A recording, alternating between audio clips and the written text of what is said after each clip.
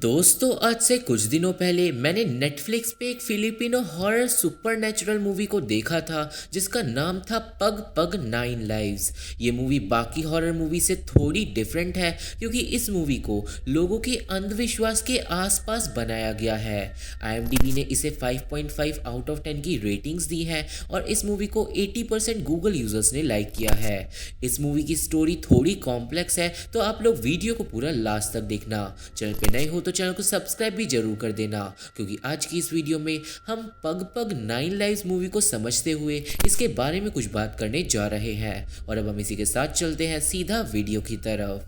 Movie शुरू होती है एक फ्यूनरल को दिखाते हुए जो मॉरिस नाम के लड़के का था, जिसने फांसी लगाकर खुदकुशी कर ली थी। मॉरिस की माँ रो रही थी और तभी लाल कपड़ों में मॉरिस की गर्लफ्रेंड जरीना फ्यूनरल में आती है, पर मॉरिस की माँ जरीना को फ्यूनरल में से भगा देती है क्योंकि उसका मानना था कि मॉरिस ने खुदकुशी जरीना की वजह से ही करी है। अब जरीना वहां से भाग जाती है, पर उसकी बहन उससे घर पे पूछती है कि क्या वो फ्यूनरल से सीधा घर आ गई है, और हमें पता चलता है कि फ्यूनरल से सीधा घर आना एक अपशगुन माना जाता है। और तो और जरीना फ्यूनरल में लाल कपड़े पहन के गई थी और उसने इसीलिए फ्यूनरल के 2 रूल्स को तोड़ दिया था।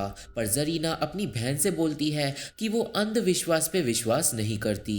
इसके बाद जब जरीना नहा कर आती है तो उसके साथ पैरानॉर्मल एक्टिविटी होने लगती है और मॉरिस की आत्मा जरीना को डराने लगती है। और हम लोग समझ जाते हैं कि जो भी इंसान फ्यूनरल के सुपरस्टिशंस को फॉलो नहीं करता है उसे मरे हुए इंसान की आत्मा डराने लगती है। अब यहाँ से सीन जाता है 5 दोस्तों पे, जिनके नाम है सेड्रिक, हैना, एशली, जस्टिन और रिको। और ये पांचों दोस्त एक हॉन्टेड हाउस में घूमने जाते हैं। हमें पता चलता है कि सेड्रिक और हैना एक रिलेशन में है जो सीरियस नहीं है। हॉन्टेड हाउस के अंदर और भी लोग होते हैं, जिसमें से एक आदमी हैना को छेड़ देता है और सेड्रिक उस आदमी को मारने लगता है, जिससे हॉन्टेड हाउस में लड़ाई हो जाती है। लड़ाई की खबर अगले दिन सेड्रिक के पापा तक पहुंच जाती है और वो सेड्रिक को बहुत ज़्यादा डांटता है और वो सेड्रिक से उसकी गाड़ी की चाबियां भी छीन लेता है।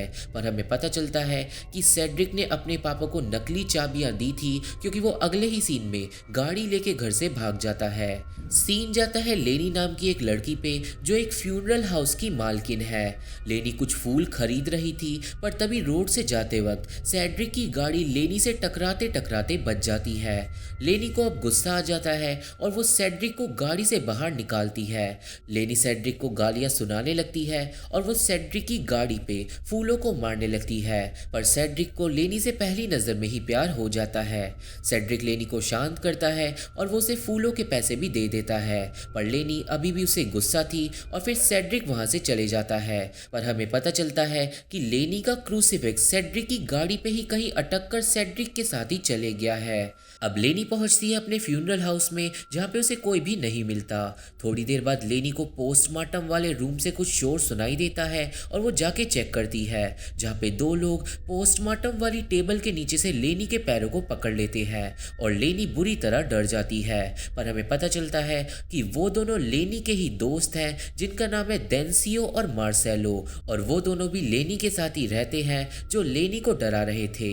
डेंसियो और मार्सेलो दोनों ही नशे में धुत थे, जो लेनी को पसंद नहीं आता, और इसलिए वो वहां से अपने छोटे भाई के पास चली जाती है, जिसका नाम है मकमक। और हमें पता चलता है कि मकमक बिल्कुल भी बात नहीं करता जब से उसके पेरेंट्स मरे हैं। अब लेनी और मकमक डिनर करते हैं, जहाँ पे लेनी देखती है कि मकमक ने एक ड्राइंग बनाई है जिसमें उसने पूरे 9 लोगों को बनाया था, और वो पेंटिंग थोड़ी क्रीपी होती है, और इसलिए लेनी मकमक को ऐसी ड्राइंग्स बनाने से मना करती है। इसके बाद सोने से पहले लेनी को मकमक की एक और ड्राइंग मिलती है, जिसमें मकमक ने एक जलते हुए घर को बनाया था। और अब सीन जाता है सेड्रिक और उसके दोस्तों पे, जहाँ पे सेड्रिक को लेनी का क्रूसीफिक्स मिल जाता है और वो उसे देखकर खुश हो जाता है। अब सेड्रिक और उसके दोस्त एक हिल पे जाके पार्टी करते हैं, जहाँ पे हमें पता चलता है कि हैना के पास सेड्रिक के लिए रियल फीलिंग्स हैं, पर सेड्रिक एक प्ले बॉय टाइप का लड़का है जो एक कमिटेड रिलेशन में नहीं आना चाहता। और इसी बात पे हैना और सेड्रिक में लड़ाई हो जाती है और हैना गुस्से में सेड्रिक के कंधे पे पत्थर फेंक कर मार देती है और सेड्रिक घायल हो जाता है। सीन जाता है लेनी, मकमक, मार्सेलो और डेंसियो पे, जिन्हें रात में एक फ्यूनरल अरेंजमेंट के लिए बुलाया जाता है और वो लोग एक कफन को लेके उस घर में पहुंचते हैं। हमें पता चलता है कि जो इंसान मारा गया है उसका नाम था रोमन और अब लेनी रोमन की बीवी लूसी से मिलती है।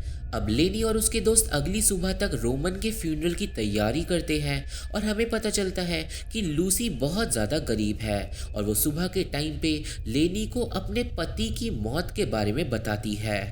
अब हमें पता चलता है कि लेनी और रोमन एक घर को खरीदना चाहते थे, पर शादी के बाद उन्हें एक बच्चा हो गया था जिसका नाम उन्होंने एमेनुअल रखा था।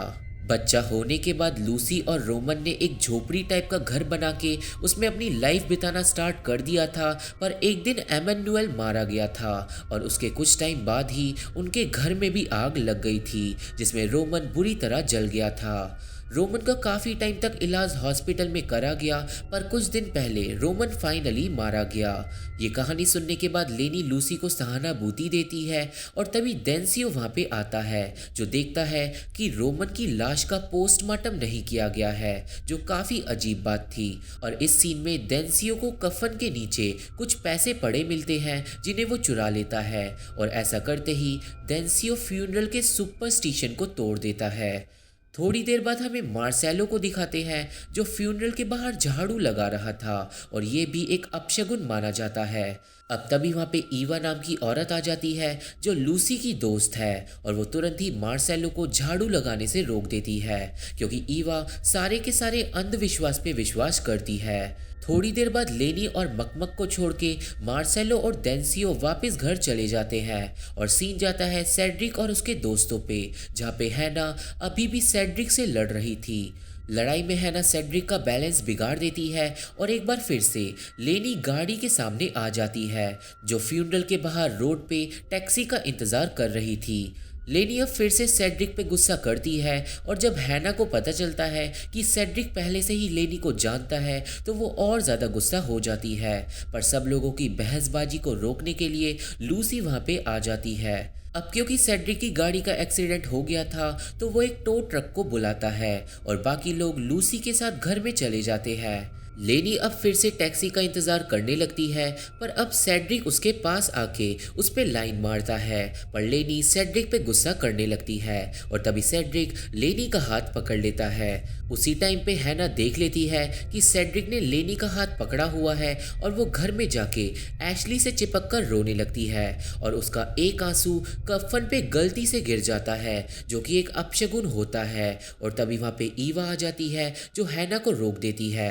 अब ईवा के गुस्से को देखकर रिको कफन को साफ कर देता है, पर कफन को साफ करना भी एक अपशगुन माना जाता है और उसी टाइम पे एशली खुद को शीशे में देख लेती है और ये भी एक अपशगुन माना जाता है।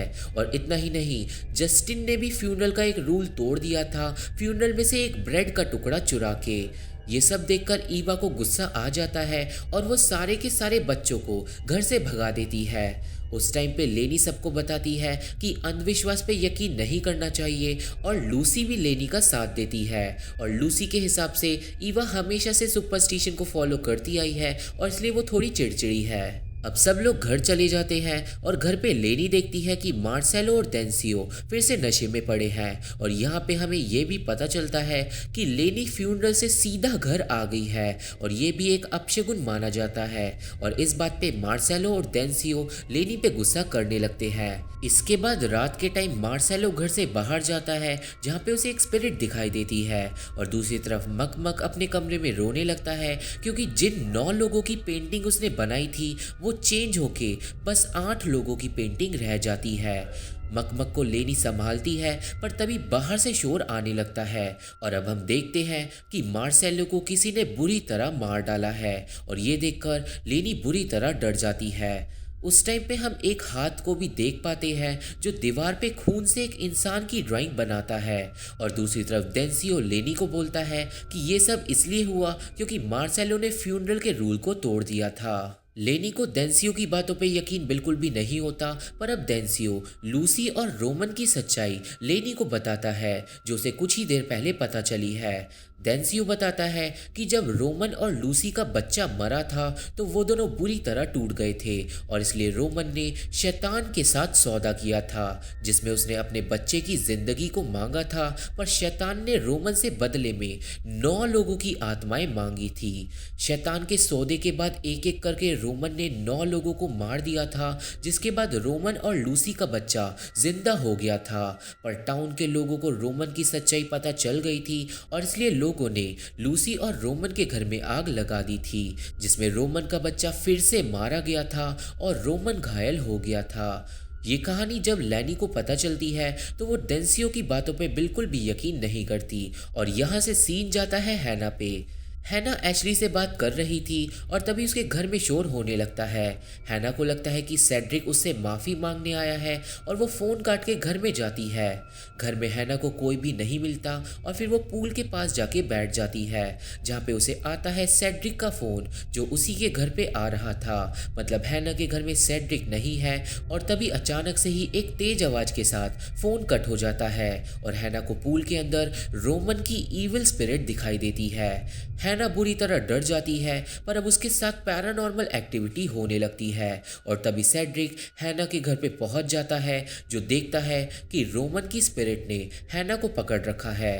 वो स्पिरिट हैना की आंखों को नोच लेती है और सेड्रिक के सामने ही हैना को बुरी तरह मार डालती है। यहाँ से सीन जाता है पुलिस स्टेशन में जहाँ पे पुलिस सेड्रिक पे ही शक कर रही थी हैना की मौत के लिए, क्योंकि हैना और सेड्रिक के बीच में लड़ाई हुई थी।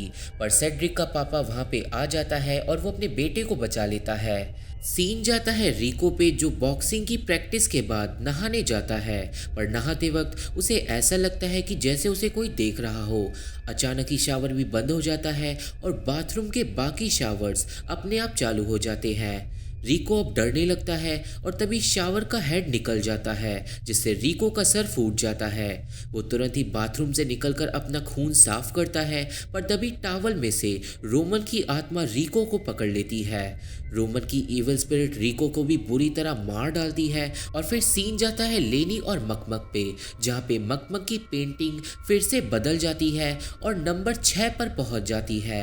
और इसके बाद हमें लूसी को भी दिखाते हैं और असल में लूसी ही दीवार पे खून से इंसान बना रही थी और इसका मतलब जो कुछ भी हो रहा है वो लूसी अच्छे से जानती है।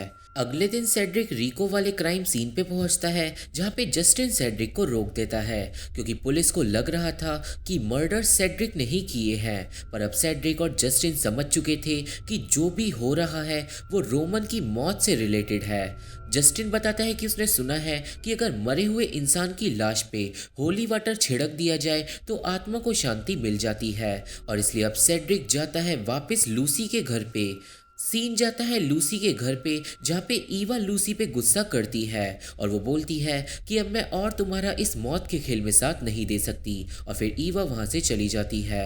अब हमें लेनी को घर पे दिखाते हैं जो मकमक की बदलती हुई पेंटिंग से परेशान थी और वो भी डेंसियो की बातों पे यकीन कर रही थी और इसलिए सच्चाई का पता लगाने के लिए लेनी भी निकलती है घर से और वो भी जाती है लूसी के घर। अब रास्ते में सेड्रिक लेनी को देख लेता है और वो गाड़ी से निकल के लेनी का पीछा करने लगता है। लेनी एक बाजार के अंदर से निकलती है पर तभी उसके सामने आ जाती है रोमन की डरावनी आत्मा और लेनी उसे देखकर डर के मारे बेहोश हो जाती है। पर सेड्रिक सही टाइम पे लेनी के पास पहुंच जाता है और वो लेनी को उठा के वहां से ले जाता है। कुछ देर बाद लेनी को सेड्रिक की गाड़ी में होश आता है और वो तुरंत ही गाड़ी से उतर जाती है, पर सेड्रिक लेनी को रोककर उसे सब कुछ बता देता है। यहाँ पे अब लेनी और सेड्रिक को पता चलता है कि उन दोनों की प्रॉब्लम सेम है और फिर वो दोनों साथ में आगे बढ़ने का फैसला करते हैं। अब वो दोनों लूसी के घर पे पहुंचते हैं और उन दोनों को लूसी के घर पे कोई भी नहीं मिलता और कफन के अंदर से रोमन की लाश भी गायब हो गई थी। और फिर घर की तलाशी करते वक्त वो दोनों जाते हैं घर के एटिक में। एटिक में उन दोनों को वो रिचुअल वाली दीवार मिल जाती है जहाँ पे लूसी ने खून से ड्राइंग बना रखी थी और अब लेनी समझ जाती है कि मकमक की पेंटिंग का आखिर क्या मतलब है और वो तुरंत ही घर भागती है। लेनी और सेड्रिक अब लेनी के घर पहुंचते हैं जहाँ पे मकमक कहीं भी नहीं होता और तभी डेंसियो वहाँ पे आ जाता है और वो बताता है कि मकमक डरते हुए कहीं पे भाग गया है, पर लेनी जानती थी कि मकमक आखिर कहाँ गया होगा। अब लेनी, सेड्रिक और डेंसियो पहुंचते हैं पास के एक चर्च में और वहां पे लेनी को मकमक मिल जाता है। और अब लेनी समझ चुकी है कि रोमन की आत्मा 9 लोगों को मारना चाहती है, पर वो ऐसा क्यों करना चाहती है ये हमें आगे पता चलेगा। इसके बाद कुछ देर तक सब लोग चर्च के अंदर ही बैठे रहते हैं और हमें पता चलता है कि मकमक लेनी का सगा भाई नहीं है, क्योंकि लेनी के पेरेंट्स ने मकमक को इसी वाले चर्च से गोद लिया था। थोड़ी देर बाद ईवा चर्च में लेनी को ढूंढती हुई आ जाती है और अब वो लेनी को लूसी की सारी सच्चाई बताती है और हमें पता चलता है कि लूसी ने रोमन के साथ मिलके एक और बार शैतान से सौदा किया है और इस बार 9 लोगों की मौत के बदले शैतान रोमन को जिंदा कर देगा। और ऐसा लूसी ने इसलिए किया है क्योंकि वो फिर से प्रेग्नेंट हो गई है।